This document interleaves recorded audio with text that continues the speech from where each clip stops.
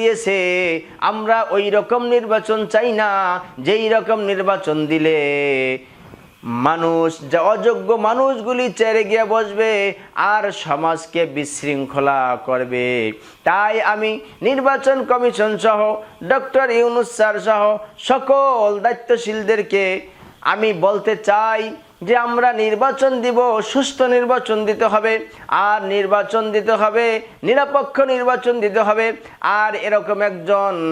ব্যক্তির মাথা হাতে নির্বাচন দিতে হবে যেই নির্বাচনের মধ্যে কোনো কারচুপি হবে না, যেই নির্বাচনের মধ্যে কোনো ব্ল্যাক বাক্স ছিনতাই হবে না, যেই নির্বাচনের মধ্যে একজন মানুষ একাধিক ভোট দিবে এরকম যেন না হয়। তাই আমি সকলকে উদারত আহ্বান জানাবো, আমরা বাংলাদেশের মধ্যে যারা নতুন বাংলাদেশ আমাদেরকে উপহার দিল, সেই 24শে জুলাই গণ অভ্যুত্থানের ছাত্র, শহীদ ছাত্র এবং পঙ্গুত্ব বরণ করছে, তাদেরকে আগে আমাদেরকে জুলাই সনদ সহ, হে বাংলার মুসলমান, হে বাংলার জনগণ, আমরা দেখতে পেলাম, আমরা দেখতে পাইতেছি বিএনপি নির্বাচন দেওয়ার জন্য তারা পাগল পাড়া হয়ে গেছে, তারা খুব দ্রুত নির্বাচন চায়। হে বাংলার মুসলমান, হে বাংলার জনগণ, আমি তোমাদেরকে উদারত আহ্বান জানাতে চাই, যেই নতুন বাংলাদেশ আমরা গণ অভ্যুত্থানের মাধ্যমে 24শে জুলাই আন্দোলনের মাধ্যমে আমরা যেই নতুন বাংলাদেশ পেয়েছি, এটা তো যারা গণ অভ্যুত্থান করেছে, জুলাই আন্দোলন করেছে, সেই ছাত্রদেরকে সনদ প্রদান করা হবে, ছাত্রদেরকে যারা পঙ্গুত্ব বরণ করেছে তাদেরকে স্থায়ী সমাধান করা হবে, এবং এই বাংলাদেশকে সংস্কার করতে হবে, বাংলাদেশকে আগে সংস্কার করতে হবে,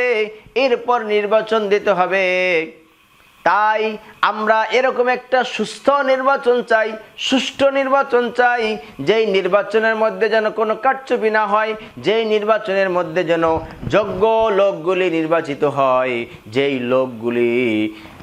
ঈমানওয়ালা থাকবে, আমলওয়ালা থাকবে, যেই লোকগুলির মধ্যে কোনো লোভ লালসা থাকবে না, যেই লোকগুলির মধ্যে কোনো হিংসা থাকবে না, কোনো প্রতিহিংসা থাকবে না, যেই লোকগুলির মধ্যে কোনো মানুষদেরকে ক্ষমতাচ্যুত করার মন মানসিকতা থাকবে না, ওই নেতৃস্থানীয় লোক, ঈমানওয়ালা, আমলওয়ালা, আদবওয়ালা, আখলাসওয়ালা, হিকমতওয়ালা, ওই যোগ্য লোকদেরকে আমাদেরকে নির্বাচনের জন্য নির্বাচিত করতে হবে। আমরা ইতিপূর্বে দেখেছি যে চেয়ারম্যান মেম্বার হওয়ার যোগ্য না, সেও ওই পার্লামেন্টে গিয়েছে, মন্ত্রীর মর্যাদা তাদেরকে তাদের পাওনা দিতে হবে। এরপরে যেই যেই জায়গায় সংস্কার করার প্রয়োজন প্রত্যেকটা জায়গায় আগে সংস্কার করতে হবে, এরপরে নিরপেক্ষ, নির্ভেজাল, নিরেট একটা সুস্থ নির্বাচন আমরা চাই। তাই আমি সকলকে উদারত আহ্বান জানাবো, আমরা যেন একটি সুস্থ নির্বাচন চাই, নিরপেক্ষ নির্বাচন চাই, এবং